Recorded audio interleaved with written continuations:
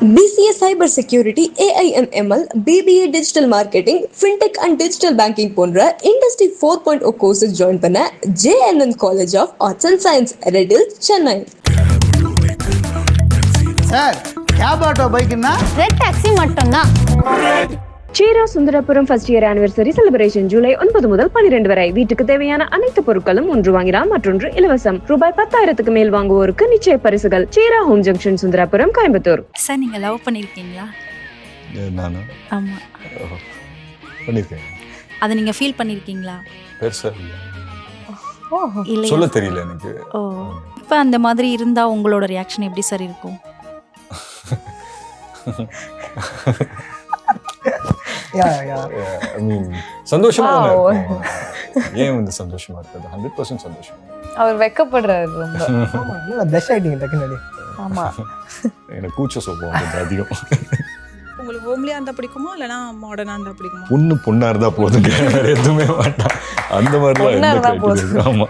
எத்தனை ப்ரொபோசல்ஸ் வந்திருக்கும் ரெண்டு பேரும்? நீங்க நினைக்கிற அளவுக்கு எல்லாம் ஒண்ணும் நீங்க கிடையாது. நினைக்கிற அளவுக்குலாம் இல்ல. ஒரு 3-4 அவ்வளவுதான். Big fan of Murali sir also. So அவரோட படம் அவர் நிறைய ஐகானிக் ரோல்ஸ் பண்ணியிருக்காரு. அந்த படம் ஏதாவது ஒன்று ரீமேக் பண்ணோன்னா நீங்கள் பண்ணுறதா இருந்தால் which one will you choose? எனக்கு இதேமே கேட்டாங்க ரீமேக் பண்ணணும் அப்படின்னு சொல்லி. பட் அந்த டைமில் அது ஒரு கல் கிளாசிக்காக இருந்தது. பட் என்ன கேட்டிங்கன்னா I'm not too into remakes.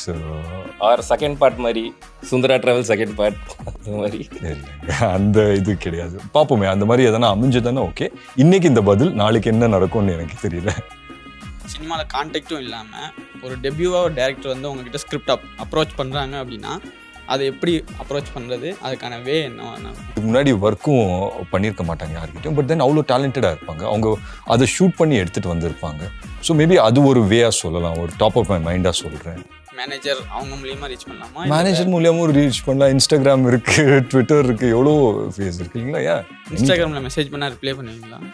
ஐயோ, இவர் ஃப்ரெண்டா நீங்கள்? இல்லை சாரி, பார்த்துருக்க மாட்டேன், வேணும்னே பண்ணேன். பட் ஓகே, நீங்கள் போகிறதுக்கு முன்னாடி நான் உங்கள் நம்பரை வாங்கிக்கிறேன். கண்டிப்பாக மீட் பண்ணுவேன்.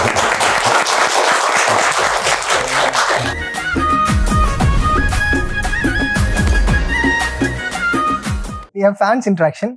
ஸோ ஃபேன்ஸ் கேட்க போகிற கொஷின்ஸ்க்கு நீங்கள் சிரித்த முகத்தோட இன்பத்தோட பதில் சொல்ல வேண்டும். தாழ்மையுடன் கேட்டுக்கொள்கிறேன். ஓகே. லவ் மேரேஜா அரேஞ்ச் மேரேஜா உங்களுக்கு? லவ் மேரேஜ் தான் நினைக்கிறேன். ஆமாம். எப்படி இருக்கணும் பொண்ணு? அதான் சொன்னேன் இல்லைங்களா, அந்த மாதிரி கிரைட்டீரியாஸ் எல்லாம் ஒன்றுமே கிடையாது. ஆக்சுவலி ஹோம்லி மாடர்னா அந்த மாதிரி சொல்லிட்டு இருக்காங்களே, அதுல உங்களுக்கு ஹோம்லியா இருந்தா பிடிக்குமா இல்லனா மாடர்னா இருந்தா பிடிக்குமா? பொண்ணா இருந்தா போதுங்க, வேற எதுவுமே வேண்டாம். அந்த மாதிரிலாம் எந்த கிரைட்டீரியா. ஆமா, அந்த மாதிரி எப்படி உங்களோட நீங்க எப்படி 6 பேக் மெயின்டைன் பண்றீங்க? ஆமா, நான் எப்படி மெயின்டைன் பண்றேன்? டெய்லி அட்லீஸ்ட் ஒரு 1 hour எனக்காக நான் வந்து ஸ்பெண்ட் பண்ணிப்பேன். ஒரு ஃப்ரெண்டு வந்துட்டு ஒரு விஷயம் சொன்னார். என் ஃப்ரெண்டோட அண்ணன் வந்துட்டு ஒரு வாட்டி ஒன்று சொன்னார். அது வந்துட்டு எனக்கு ரொம்ப ஹார்ட் ஹிட்டிங்காக இருந்தது. என்ன சொன்னார்னா, this is the only industry that face you to look good அப்படின்னு சொன்னார்.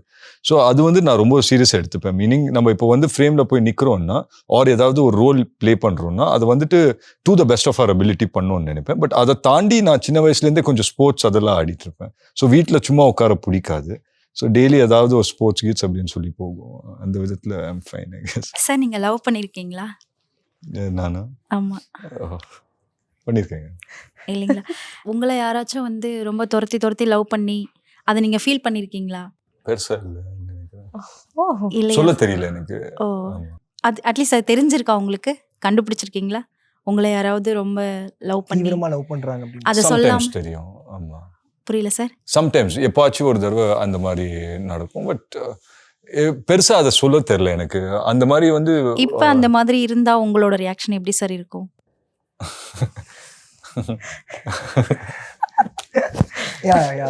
ஐ மீன், சந்தோஷமா தான் இருக்கும். ஏன் வந்து சந்தோஷமா இருக்காது? 100% சந்தோஷமா தான். Okay sir, okay sir. Thank you. Thank you. அவர் வெக்கப்படுறாரு ரொம்ப. ஆமா, நான் பெஸ்ட் ஆயிட்டீங்க டக்குனு. ஆமா, எனக்கு கூச்ச சுபாவம் கொஞ்சம் அதிகம். எத்தனை ப்ரொபோசல்ஸ் வந்திருக்கும் ரெண்டு பேருக்கும்? நீங்க நினைக்கிற அளவுக்கு எல்லாம் ஒண்ணும் நீங்க கிடையாது. நினைக்கிற அளவுக்குலாம் இல்ல. இல்ல. அவருக்கு வந்திருக்கும். கிரேசியஸ்டா எத்தனை இருக்கும்ல, இந்த ப்ரொபோசல் கிரேசியா இருந்துச்சு அப்படின்ற மாதிரி எதனா சொல்லுங்க. ஒரு பர்த்டேக்கு வந்துட்டு என் ஹைட்டுக்கு வந்துட்டு ஒரு கார்டு வந்து செஞ்சு அனுப்பிச்சாங்க. கூடயே வந்துட்டு ஒரு நாய்க்குட்டி அனுப்பிச்சாங்க. ஸோ எனக்கு டாக்ஸ் ரொம்ப பிடிக்கும் அப்படின்னு சொல்லிட்டு கூடயே ஒரு நாய்க்குட்டி வந்து அனுப்பிச்சாங்க. ஸோ ஐ திங்க் அது வந்துட்டு ஒரு ஹார்ட் வார்மிங்காக இருந்தாலும் வந்து அவ்வளோ எஃபர்ட் போட்டிருக்காங்களே அப்படின்னு சொல்லிட்டு ஒரு இதுதான் ஒரு சந்தோஷமா அக்செப்ட் இருக்கு. பண்ணீங்களா எது ப்ரொபோசல்? நாய்க்குட்டி அக்செப்ட் பண்ணுங்க, எப்படிங்க அதை ரோட்ல விட முடியும்? கிஃப்டா பண்ணாங்க சொல்றீங்க? கிஃப்டா கொடுத்தாங்க. இல்ல மீட் பண்ணல அவங்கள. ஐ திங்க் மீட் பண்ணேன். ஆமா, ஆஃபீஸ்க்கு வந்திருந்தாங்க, ஒரு வாட்டி மீட் பண்ணேன். பட் ரொம்ப ஸ்வீட்டா தான். ப்ரப்போசல் அந்த மாதிரிலாம் கிடையாது, ஒரு அட்மைரரா வந்தாங்க, அந்த மாதிரி தான். ஓகே மேம், நீங்க எனக்கு கிரேசியா அந்த ப்ரொபோசலும் வந்தது இல்லையே. கவுண்டா கொஞ்சம் தான், அவ்வளோதான் இல்லை. ஒரு நம்பர் சொல்லணும்னா அதானே அடுத்த கேள்வி. ஒரு 3-4 அவ்வளோதான். இப்போ நான் இப்போ கேட்கக்கூட கொஸ்டின் பார்த்தீங்கன்னா, எனக்கு மட்டும் இல்லாமல் இங்கே நிறைய ஸ்டூடெண்ட்ஸ் இருக்காங்க, விஸ்காம் படிக்கிற ஸ்டூடெண்ட்ஸ், அவங்களுக்கும் யூஸ் ஆகும்னு நினைக்கிறேன். என்ன அப்படின்னா, இப்போ பொதுவாக சினிமாக்குள்ள ஒருத்தவங்க வராங்க அப்படின்னா, அவங்கக்கிட்ட கேட்குற கேள்வியை பார்த்தீங்கன்னா, உனக்கு என்ன கான்டாக்ட் இருக்குது அப்படின்னு தான் கேட்குறாங்க. ஒருத்தங்க ஆக்டராக வந்தாலும் ஒரு டைரக்டராக வந்தாலும், உனக்கு சினிமாவில் யாரை தெரியும், சினிமாவில் என்ன கான்டாக்ட் இருக்குன்னு தான் கேட்குறாங்க. அந்த மாதிரி வரவங்க கிட்ட வந்து இப்போ போய் சினிமா ஒரு அசிஸ்டன்ட் டைரக்டராக சேர்றதுக்கும் வாய்ப்பு இல்லாமல், சினிமாவில் கான்டாக்டும் இல்லாமல், ஒரு டெபியூவாக ஒரு டேரக்டர் வந்து உங்ககிட்ட ஸ்கிரிப்ட் அப்ரோச் பண்ணுறாங்க அப்படின்னா, அதை எப்படி அப்ரோச் பண்ணுறது, அதுக்கான வே என்ன இருக்கும்? சினிமாவை பொறுத்த வரைக்கும் as much as இது வந்துட்டு ஒரு பிஸ்னஸ் இல்லைங்களா? எக்ஸ் அமௌண்ட் ஆஃப் மணி வந்துட்டு இதில் இன்வெஸ்ட் பண்ணுறாங்க, அதுக்கு வந்து லாபம் பார்க்கணும், அதெல்லாம் இருக்குது ஒரு பக்கம். ஆர்ட்டை தாண்டி நான் சொல்கிறேன். ஸோ இன்றைக்கி நான் என்கிட்ட கேட்டிங்கன்னா, any one who has a phone இல்லைங்களா, உங்ககிட்ட ஒரு ஃபோன் இருந்ததுன்னா உங்களால் வந்துட்டு ஒரு ஷூட் பண்ண முடியும், வாட் எவர் இல்லைங்களா. அண்ட் அதை தாண்டி வந்துட்டு உங்கள் மைண்டில் என்ன இருக்கோ, இல்லை ஒரு எழுத்தை எழுத முடிஞ்சால் சூப்பர், அப்படி இல்லைனாலும் உங்களால் வந்துட்டு அதை ஒரு வீடியோவாக ஷூட் பண்ண முடிஞ்சால் super. But I think everybody is open. என்னை பொறுத்த வரைக்கும் கேட்டிங்கன்னா, நான் நிறைய கதைகள் கேட்டுட்ருக்கேன்.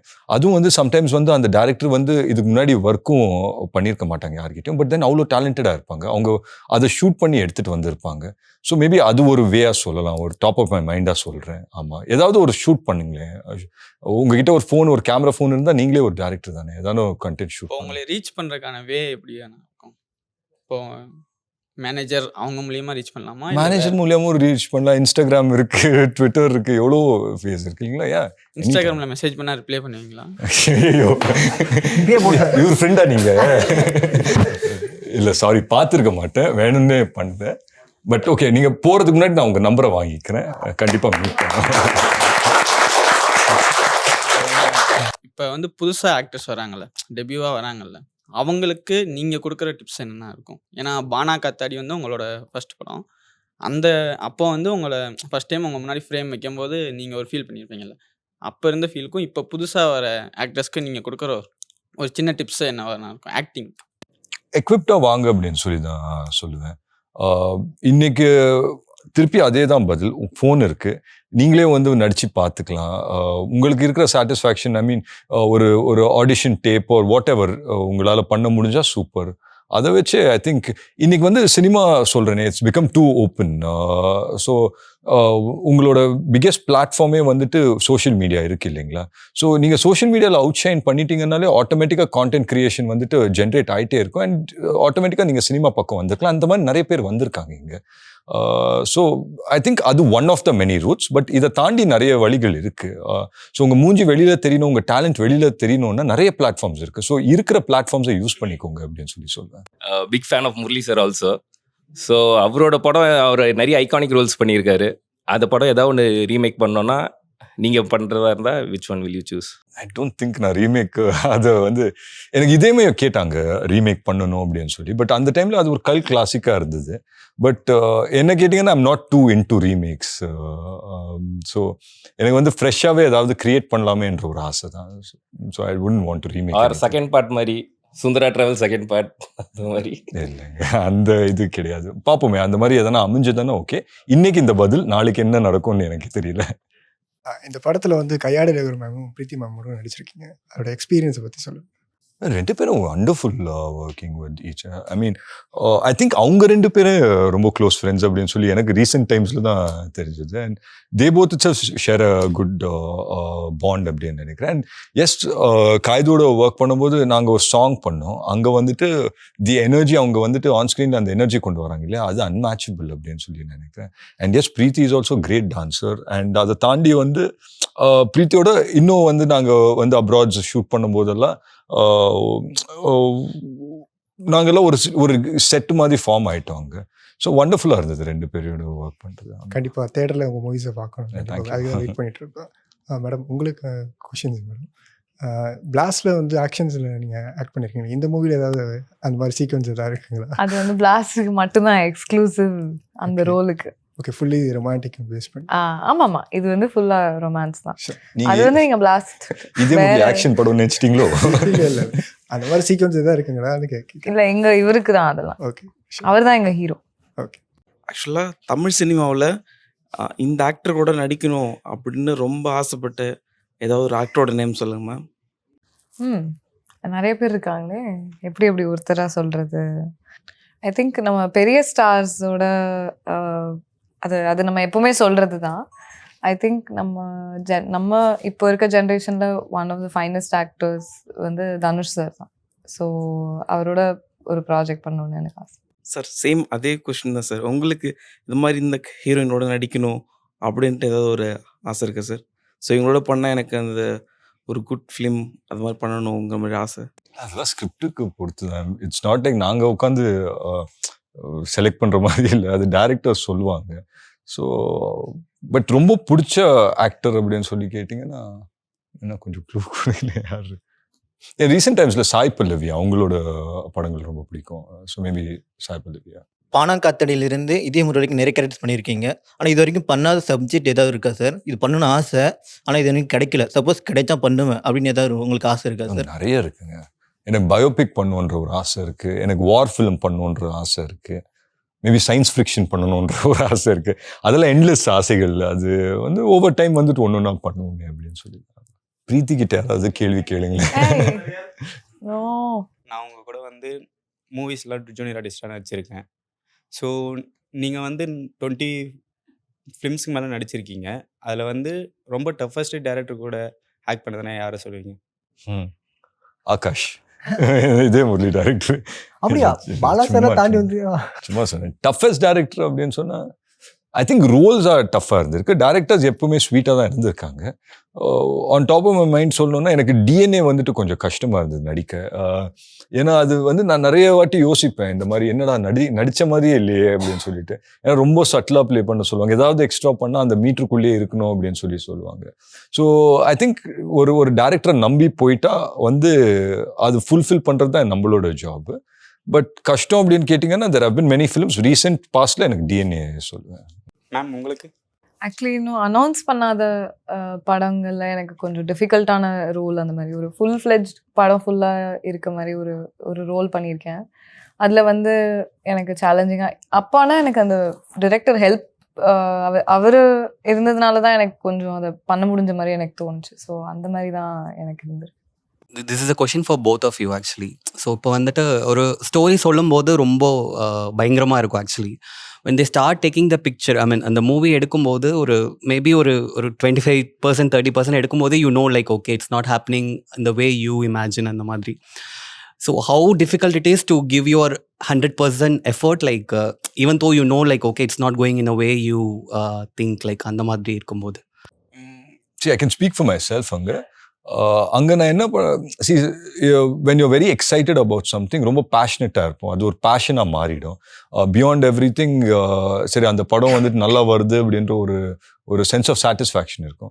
பட் ஐ திங்க் 25% கிடையாது, மேபி அ லிட்டில் முன்னாடியே வந்து தெரிஞ்சிடும் ஓகே இது எக்ஸிக்யூஷனில் it's not going the way we want it to. யார் தப்பையும் நாங்கள் சொல்ல முடியாது, because cinema is a team work, எல்லாருமே சேர்ந்து பண்ணுறது தான். Sometimes it work, sometimes it doesn't. But work ஆகும் போது it becomes a commitment where அதை வந்துட்டு சரி எவ்வளோ சீக்கிரம் முடியுமோ அதை முடிச்சுட்டு will go for a next passion அப்படின்னு சொல்லி தான் அந்த மாதிரி. How is it for you like? எனக்கு வந்து அந்த ஒரு டிரெக்டரோட விஷன், அவர் கதை எப்படி பார்க்குறாரு, எப்படி சொல்லணும்னு நினைக்கிறாருன்றது வந்து நரேஷன் கேட்கும் போதே அதுவுமே எனக்கு ரொம்ப ஒரு முக்கியமான ஃபேக்டர். ஸோ சப்போஸ் எனக்கு பர்சனலி நான் நினச்ச மாதிரி வரலனாலும் நான் அவர் மேலே ஃபஸ்ட்டு அவங்க மேலே வச்சுருந்த ட்ரஸ்ட் எனக்கு கண்டிப்பாக இருக்கும். அந்த மாதிரி தான் நான் பார்த்து எடுத்திருப்பேன். ஸோ எப்போவுமே நமக்குள்ள டவுட்ஸ்ன்னு இருக்கும். ஸோ நான் அவ்வளோ எக்ஸ்பீரியன்ஸ் கூட கிடையாது. ஸோ நான் அதுக்கு நான் அவ்வளோவா அதை பற்றி நான் யோசிக்க மாட்டேன். எனக்கு அந்த மொமெண்ட் எனக்கு அங்கே நான் என்ன கற்றுக்கலாம், நான் என்ன பண்ணலாம், என்னோட பெஸ்ட்டை எப்படி கொடுக்கலாம், அங்கே தான் எனக்கு என்னோட சாட்டிஸ்ஃபேக்ஷன் இருக்குது. ஸோ நான் அதில் தான் என்னோட ஃபோக்கஸ் இருக்கும். நீங்கள் வந்து ஒரு நார்மல் ஹவுஸ் ஹோல்ட்லேருந்து வந்திருக்கீங்க actually. So what is the one movie or like moment like you decided to be an actor? Like அது பிளான் பண்ணி வந்தது கிடையாது, but there should be some மொமெண்ட்ல okay we should definitely try acting, like ஏதோ ஒரு வகையில் like you must have got that feel actually. Yeah, எனக்கு நான் மாடலிங் பண்ணிட்டு இருந்தேன். எனக்கு எப்பவுமே ஒரு இன்க்ளினேஷன் இருந்துச்சு. ஆனால் என்னாலே நம்ப முடியல நம்ம இதை நம்ம பண்ண முடியும் அப்படின்றத என்னால் என்றைக்குமே நம்ப முடியல.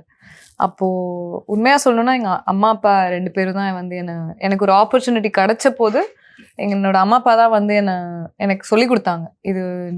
இதில் நீ உன்னோட பெஸ்ட்டை கொடுத்து நீ ட்ரை பண்ண. ஒரு ஆடிஷன் தான் கிடச்சிது. நீ உன் பெஸ்ட்டை கொடுத்து ட்ரை பண்ணு அப்படின்னு சொன்னாங்க. அங்கே தான் எனக்கு அந்த அவங்க சொல்கிறத நான் கொஞ்சம் கொஞ்சமாக நம்ப ஆரம்பித்தேன். அதுக்கப்புறம் எனக்கே ஒரு இன்ட்ரெஸ்ட், ஒரு பேஷன் வந்துருச்சு. ஸோ அந்த மாதிரி தான் எனக்கு ஆரம்பிச்சு. You both are really very promising like actors. Actually, I wish you both a very good luck. Thank you so much.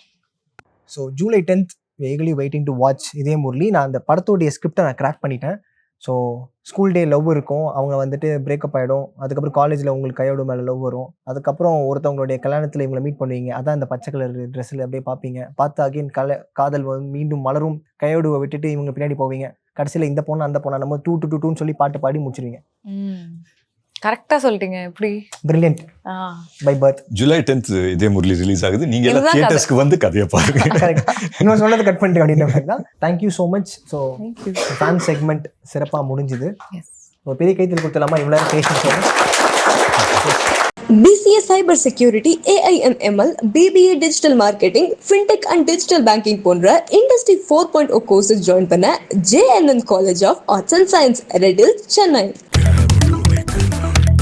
Sir, cab auto பைக்குன்னா ரெட் டாக்ஸி மட்டும்தான்.